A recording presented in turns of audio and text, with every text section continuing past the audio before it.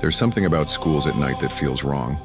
The empty hallways, the flickering lights, the echo of footsteps when no one's there.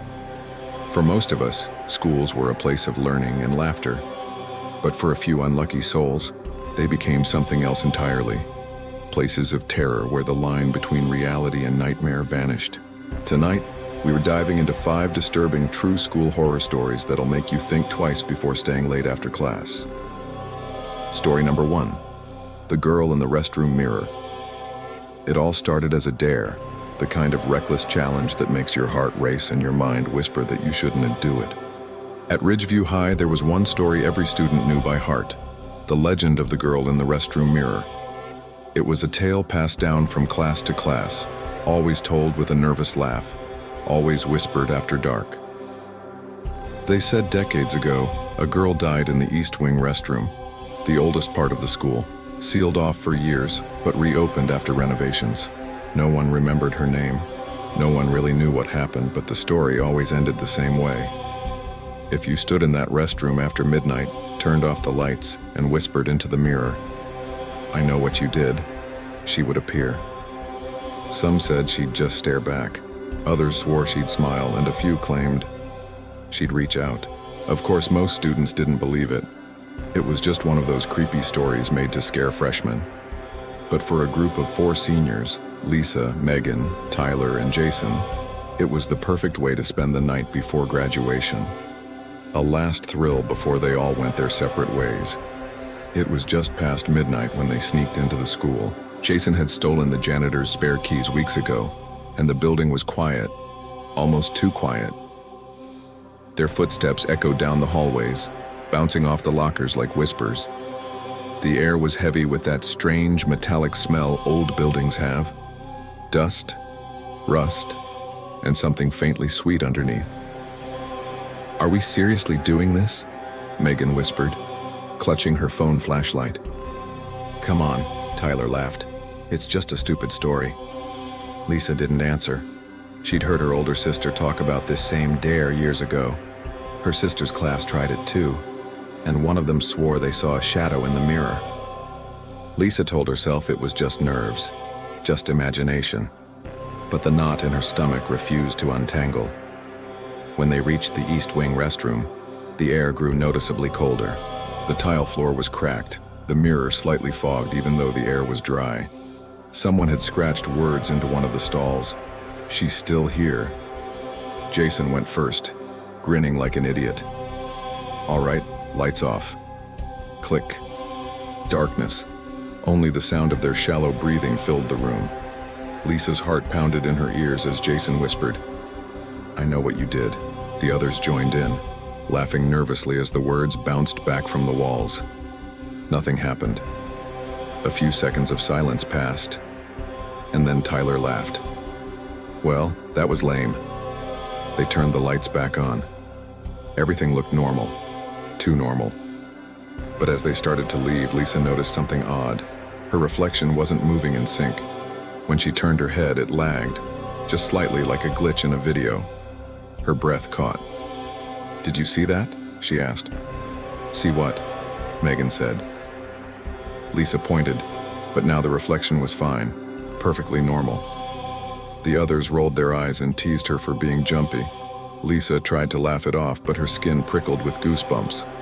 Something felt wrong. That night back home, she couldn't sleep. Every time she closed her eyes, she saw that delayed reflection, that half-second pause before it followed her. Around 2 a.m., she got up to get a drink of water. When she walked past the bathroom, she noticed the mirror was fogged up. Strange, because she hadn't used any hot water. Slowly, she stepped closer, and then she saw it. Faint words appearing in the fog, one letter at a time. "You saw me." Lisa froze. Her hands trembled. She wiped the mirror, but the words wouldn't come off, as if they were written from the inside. Her reflection seemed off again. Her eyes looked slightly wider. Her mouth curved just barely into a smile, though she wasn't smiling at all. The next morning, Lisa didn't go to school, or the day after. She stopped answering texts and calls. Her friends assumed she was just shaken up, maybe regretting the prank. But when Megan finally went to check on her, Lisa's mom said she wasn't feeling well, that she'd been afraid to look in mirrors. She says something's wrong with her reflection, her mother whispered, eyes filled with confusion. She's covered all the mirrors in her room with blankets. Over the next week, strange things began happening at Ridgeview. Students reported lights flickering near the east restroom. The janitor said he found wet footprints leading out of the restroom, small bare footprints that ended abruptly at the lockers. Jason thought it was funny at first. He bragged about how they summoned the ghost, joking that maybe Lisa was possessed. But a few nights later, while walking home from work, he noticed something in the reflection of a store window. A figure standing right behind him. A girl, long hair, pale face, eyes wide open. When he turned around, no one was there. The next morning, he didn't show up to class. Tyler and Megan tried to laugh it off, but they couldn't shake the unease. One evening, they went back to the restroom together, thinking maybe they could prove it was all fake, that they'd imagined it. But when they got there, the mirror was cracked. Deep scratches ran across the glass like claw marks, and faint words were etched near the bottom corner. "I know what you did." That was the last time either of them talked about it. Weeks passed and summer came. Most of the school forgot about the incident, except for one thing. A new rumor began spreading, that sometimes, if you walked past the east restroom alone, you'd see an extra reflection in the mirror. Not your own, but a girl's. Pale, with dark circles under her eyes, watching you closely. One freshman claimed she saw the reflection smile at her even though she wasn't smiling. Another swore that when she looked away, she heard someone whisper right behind her ear, "You saw me." The school eventually boarded up that restroom. The teachers said it was because of plumbing issues, but everyone knew the truth. Lisa never came back to Ridgeview. Her family moved away, and no one heard from her again. But one of her friends, Megan, returned years later for a reunion. The school had changed. New paint, new staff, new faces. But the East Wing still stood, closed off, forgotten. Out of curiosity, or maybe guilt, Megan went down that hallway. The lights flickered faintly as she passed. The air grew colder with every step, and then she saw it. The door to the old restroom, sealed with a "Do Not Enter" sign. Something compelled her to look closer.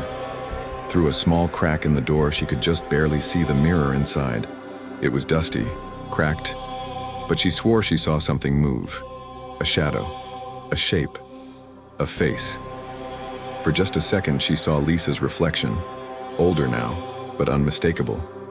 Lisa looked right at her, eyes empty, lips curling into that same slow smile. Then the reflection reached up and knocked once on the glass. Megan stumbled back, heart pounding. She ran down the hall, refusing to look again. No one believed her story, but the janitor who cleaned that wing the next morning said the mirror was different. The dust was gone, as if someone had wiped it clean from the inside. Story number 2. The basement classroom. In an old Catholic school in Pennsylvania, there was a rumor about a locked door in the basement. Teachers said it led to an unused storage room, but the students had other ideas. They said it used to be a classroom, one that was shut down after something terrible happened there a long time ago. The story never really went away, even after the school tried to patch over it. Every new group of kids whispered about it, daring each other to sneak down there. But the door was always locked, and nobody ever managed to get inside. Then one stormy night, the janitor, Mr. Harris, was working late. The power had gone out on half the campus, and he was sent to check the basement for leaks. He'd worked at the school for years. Quiet guy, reliable, never believed in any of that ghost nonsense. When he got down there, the air was colder than it should have been. You could see his breath.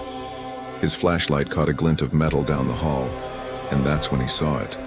The old basement door, the one everyone talked about. It was open just a crack.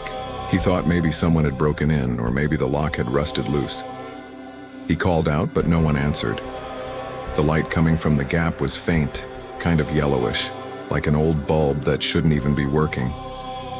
He pushed the door open and froze. It wasn't a storage room at all. It was a classroom, perfectly preserved, like time had just stopped. Wooden desks lined up in neat rows, books stacked on the back counter, chalk still sitting in the tray beneath the blackboard. Even the faint smell of chalk dust was still in the air, and written across the board in big white letters were 2 words: "Class dismissed." He stood there for a moment, completely still. It didn't make sense. The school hadn't used that space in decades. But everything looked untouched, like the students had just left for lunch and never came back. He was about to leave when he heard it, a sound that made him stop cold. A chair moved, just one. The legs scraped across the floor with a slow, drawn-out squeak. He turned, shining the flashlight toward the noise. Nothing moved. He thought maybe it was the pipes or the wind from the storm. Then another chair shifted, and another. The air turned freezing. His flashlight started to flicker. "Hello?" he called out. His voice echoed back at him, flat and hollow. That's when he heard it. Faint whispers like kids talking quietly during class. At first he thought it was the wind. Then he made out words. Children's voices layered on top of each other, mumbling prayers, lessons, laughter, but they were distorted, like an old tape playing backward. He felt his chest tighten. His flashlight slipped from his hand, rolling across the floor and spinning light around the room. That's when he saw them. Shapes. Dozens of them. Sitting at the desks. They weren't solid. More like shadows. Outlines. The light from the flashlight hit one of them, and for a second he saw a little girl sitting in the front row. Her face was pale, blurred, like someone had wiped it away. Her mouth moved, whispering something he couldn't hear at first. Then it became clear. "You're late." That's when he bolted. He didn't even remember running, just the echo of footsteps chasing his own and the sound of chairs scraping across the floor. He reached the hallway and slammed the door shut behind him. When he looked back, the faint yellow light under the door flickered once, then went dark. The next morning, the staff found his flashlight outside the basement door. The keyring was lying on the floor next to it. The door itself was locked again. Mr. Harris never showed up for work. When the school tried to reach him, he didn't answer his phone, and a few days later, they said he had resigned suddenly. No one ever went back down there. A few months later, a teacher who had the classroom directly above the basement said she heard something strange one afternoon. The sound of children whispering, almost like reciting lessons. She thought it was the kids in the next room until she realized the classroom below hers had been sealed shut for decades. When she told the staff, they laughed it off. But the next day, when she walked into her classroom, she saw a message written in faint chalk on her board. "Class dismissed." No one admitted to writing it. The janitor's keys were never found, and the basement door, the one that was supposed to stay locked, was open again. Story number 3. The Substitute. It started on a Tuesday morning at Lincoln Middle School. The regular homeroom teacher was out sick, and the class got a new substitute, Ms. Harlow. At first, she seemed completely normal, neat clothes, polite voice, calm demeanor. But there was something unsettling about her. Her smile lingered a little too long when someone made eye contact, and she spoke softly, almost like she was letting the words hang in the air just for herself. She refused to turn on the classroom lights, even when it was cloudy outside. Instead, she kept the blinds half shut, letting the natural light filter in just enough to see. The classroom felt dim, heavy, like the air itself was thicker. Most students tried to ignore it. After all, she was just a substitute, right? The first thing that caught everyone's attention was her attendance method. She would take out a paper list and go down the names, marking students present even when they were clearly absent. "Ms. Harlow, Jake's not here today," Tyler said one morning, raising his hand. She looked up at him, her calm smile still there, but somehow sharper than usual. "Yes, he is," she said, then returned to her list as if nothing had happened. It was strange, yes, but the students shrugged it off. Weird, but not dangerous. That's what they told themselves. By the second week, things got stranger. At first, it was small stuff. Lockers that opened or slammed shut on their own. Whispers down the hall when no one was around. Chalkboards that seemed slightly smudged in places they hadn't been touched. Then the desks started changing. Names carved into them appeared overnight. names of kids who hadn't been at school that day, and even names of students who had long since transferred. Some were scratched deep, rough and jagged, like they'd been carved with a sharp blade. Emma, one of the students, found her own name carved in a desk that had been empty the previous day. She showed Ms. Harlow, hoping for some explanation. The substitute just smiled and said, "That's where you sit, isn't it?" The whole class felt uneasy, but no one wanted to speak up beyond that. Something about the calm, soft way Ms. Harlow moved through the room made it hard to argue or feel entirely safe. Every morning she greeted the students in the exact same way, her tone strangely cheerful yet chilling. "Welcome back, children, all of you." Sometimes her eyes would linger on a desk a little too long, or she would trace a finger over a name carved in a desk, almost reverently, before moving on. Then one morning, she didn't come. The students noticed immediately. The classroom felt empty, too quiet. They waited, thinking perhaps she had called in sick or been delayed. When the principal arrived to check, his expression told them something was very wrong. "Ms. Harlow?" a student asked timidly. The principal frowned. "I don't know who you mean," he said. The students explained, giving her name and describing the attendance sheets and the way she acted. The principal shook his head. There was no record of a substitute named Ms. Harlow, no hiring paperwork, no ID, nothing. Curious, the office staff went through all the attendance records she had left behind. That's when the real horror started. Every student's name was written on every sheet, not just the current students, but former students, transfers, even two who had died years ago. Their names were there, clearly marked as if they had all been present. No one could explain it. Over the next few days, teachers avoided room 104, the classroom Ms. Harlow had occupied. The principal sealed the door, saying it was for safety reasons. But rumors spread quickly among the students. Some claimed they could still hear Ms. Harlow's voice in the empty room. Soft, calm, like she was reading from a textbook, reciting lessons in that same low, deliberate tone. A few brave students tried staying late to see if it was true. They would walk past room 104 after everyone had left, and sometimes they swore they could hear her greeting them. "Welcome back, children, all of you." One student said she heard the faint scratching of chalk against a blackboard, followed by whispering that grew louder when she stepped closer. It wasn't just the sound of writing. It was almost like someone was calling her name. Her friends heard her scream and ran to find her trembling in the hallway. She said she'd heard Ms. Harlow say, clearly and slowly, "Emily, come sit." The stories kept piling up. A janitor reported seeing a shadow move behind the classroom blinds late one night, though the room was supposed to be empty. Others claimed the lights flickered when passing the room, even though they were turned off and the breakers hadn't tripped. Teachers weren't exempt. One veteran said she stayed late to grade papers and heard a voice dictating lessons, faint but clear, repeating over and over. When she checked the classroom, the attendance sheet was on the desk again, even though it had been taken to the office months ago. Every name was still listed, including the names of students who hadn't been alive in years. Some students claimed they could hear the voice calling their own names if they lingered in the hallway too long, as if Ms. Harlow were standing just behind the door, making sure everyone was accounted for, present. Eventually, the school stopped using room 104 altogether. Teachers and staff avoided it, janitors refused to enter alone, and students found themselves changing classes whenever possible. But even today, the legend persists. Alumni who return years later say the door is still locked. But if you walk by on a quiet afternoon or late in the evening, you can sometimes hear a soft voice inside, reciting lessons, taking attendance, and repeating the same phrase she said every morning. "Welcome back, children, all of you." And if you pause and listen carefully enough, you might hear your own name whispered back to you, even though no one else is there. Story number 4, The Bleeding Locker. In a small town in Ohio, there was one locker that every student avoided.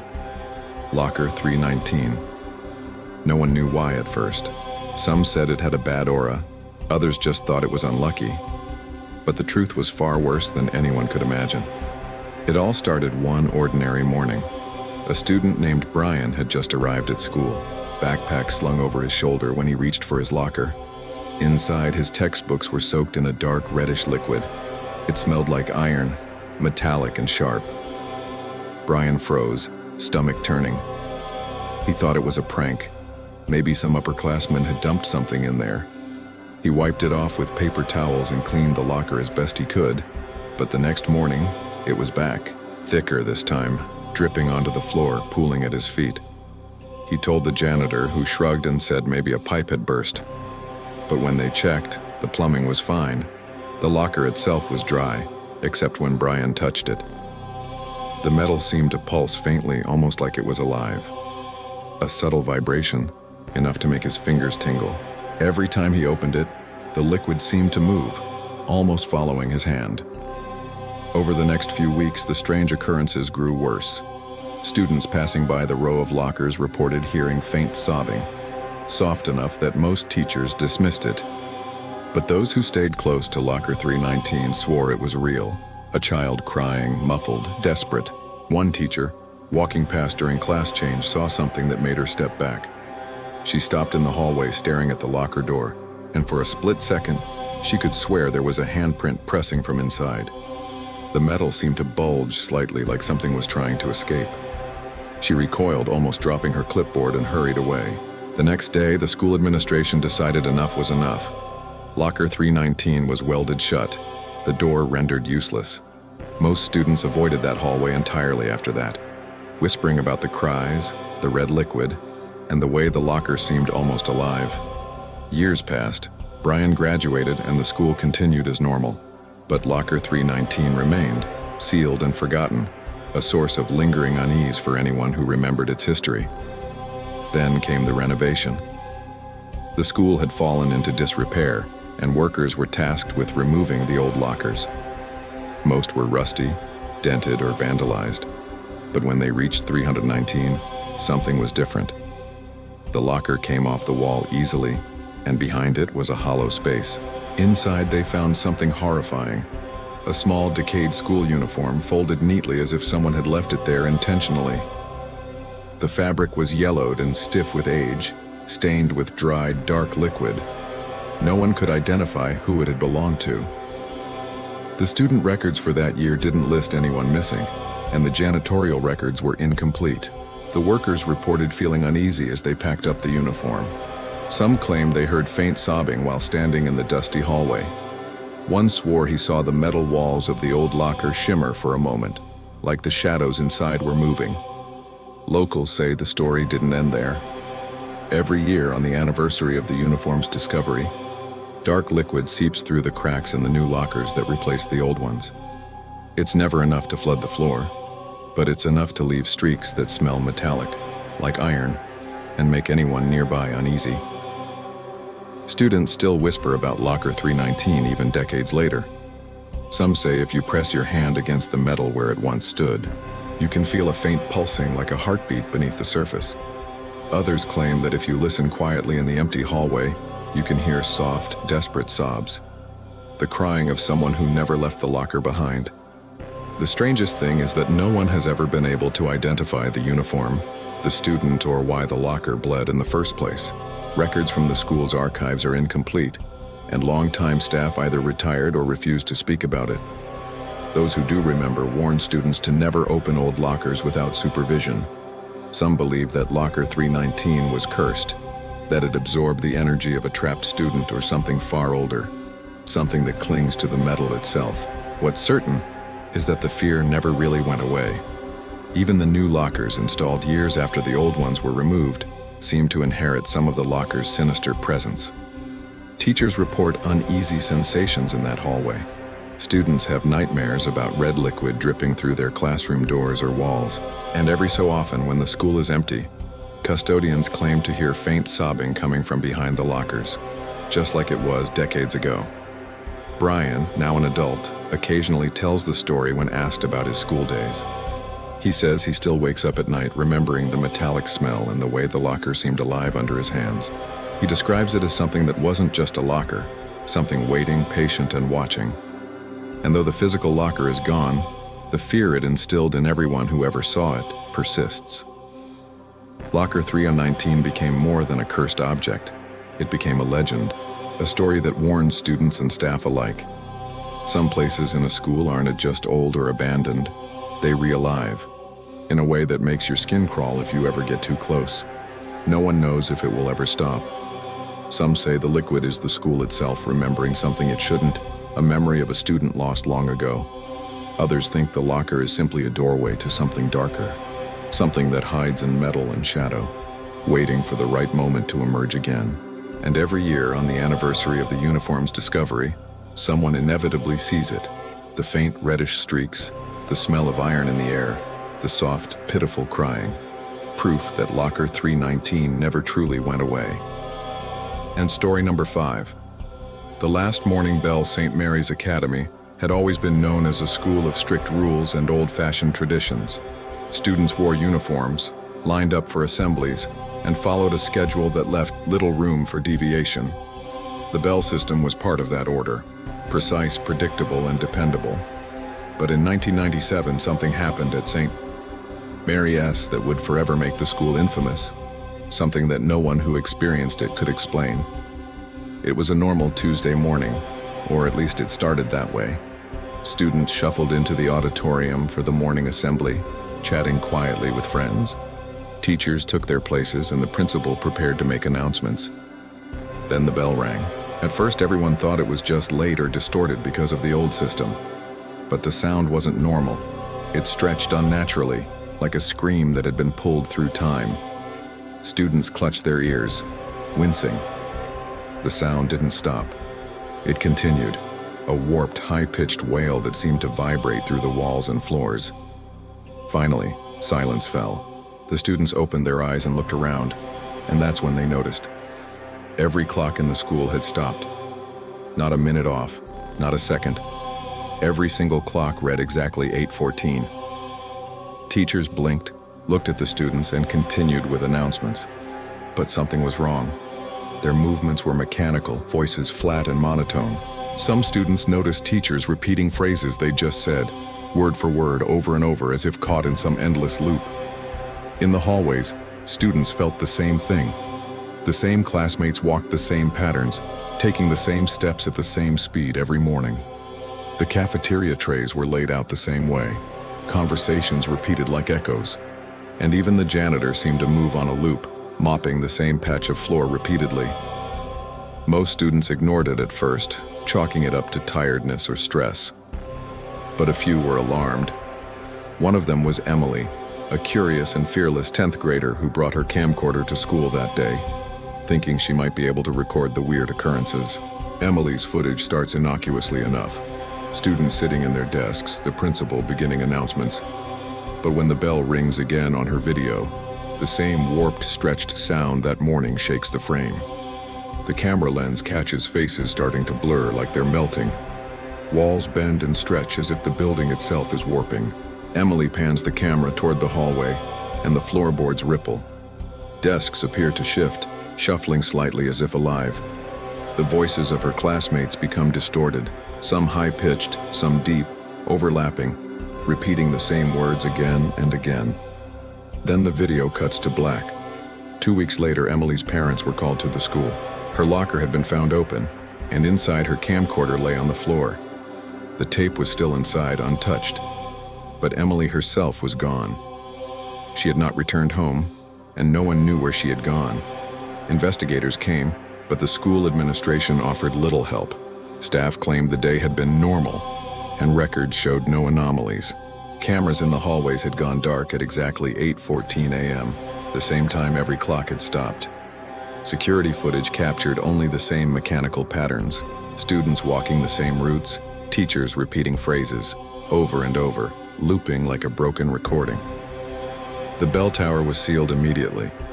Maintenance logs and contractors confirmed that the system had been checked repeatedly, but the bell could not be repaired. Every attempt to ring it manually produced the same distorted, stretched scream. Over the years, students and staff who were present that day reported lingering effects. Some spoke of déjà vu, walking the same hallway routes and feeling like they had done it countless times before. Others claimed they could hear the bell faintly, even when the system was turned off. A soft, warped echo calling them back to the auditorium at 8:14 a.m. local legends began to grow. Some said the bell was not just a bell, it was a signal, calling students into a space outside normal time. Others believed Emily had been trapped, pulled into some invisible loop where the morning never ended, forced to watch the same assembly over and over, repeating the day without ever leaving. Teachers who remained at the school for years after the incident said they sometimes felt their lessons repeating themselves, even when no students were around. They would begin teaching a lesson and the phrasing, the words would be identical to what had been said decades earlier. Some swore the building itself was alive in a way, that it remembered the day and replayed it for anyone who dared enter. Alumni who return today report similar experiences. Walking past the auditorium at exactly 8:14 a.m., some say they can hear the bell echo, soft but unmistakable. Others report seeing brief flashes of blurred faces in the windows, like students frozen in time. The school administration refuses to comment, and the bell tower remains locked and monitored at all times. Yet, the stories persist. Students whisper about Emily's disappearance and warn each other to avoid assemblies near 8:14 a.m. Some have reported dreams where the bell rings, the walls melt, and the distorted faces of students stare at them, just as they had on Emily's tape. What makes the story even more disturbing is that there are inconsistencies in the records. Attendance logs show some students present who were never enrolled. Staff rosters list teachers who had retired long ago. Even the architectural plans for the school show impossible layouts in the auditorium and hallways, suggesting rooms that shouldn't exist. Psychologists who examined witnesses concluded that many had experienced trauma-related hallucinations or mass suggestion. But the students who recorded or documented events, like Emily, left no doubt that something unexplainable had occurred. The camcorder footage exists, frozen in its warped, distorted frames, showing faces blurring, walls bending, and the final cut to black before Emily disappeared. No one knows exactly what happened that morning. Some believe the school itself triggered a temporal anomaly, a loop of time that trapped anyone present. Others think the bell tower was the source of something supernatural, a conduit to another dimension or reality. Whatever the cause, the event left a permanent mark on St. Mary's Academy. The morning bell that students once relied on for punctuality now carries fear. Students avoid assemblies, staff whisper warnings, and anyone entering the school after decades still feels the heavy tension in the hallways. To this day, the bell tower remains sealed, the system disabled, and security cameras monitor the auditorium constantly. But locals swear that if you're on campus at exactly 8:14 a.m., you can still hear the bell, faint, warped, calling for students who never made it home. And some say if you pause long enough and listen carefully, you can hear a soft voice saying, "Welcome back, children, all of you." The story of that morning remains one of the most chilling in the town's history. Emily's disappearance was never solved. The bell's sound, distorted and unnatural, continues to haunt anyone who remembers that day. St. Mary's Academy carries its history like a scar, a daily reminder that some moments in time are not meant to be experienced, and some students are never meant to leave. If these stories sent a chill down your spine, you're not alone.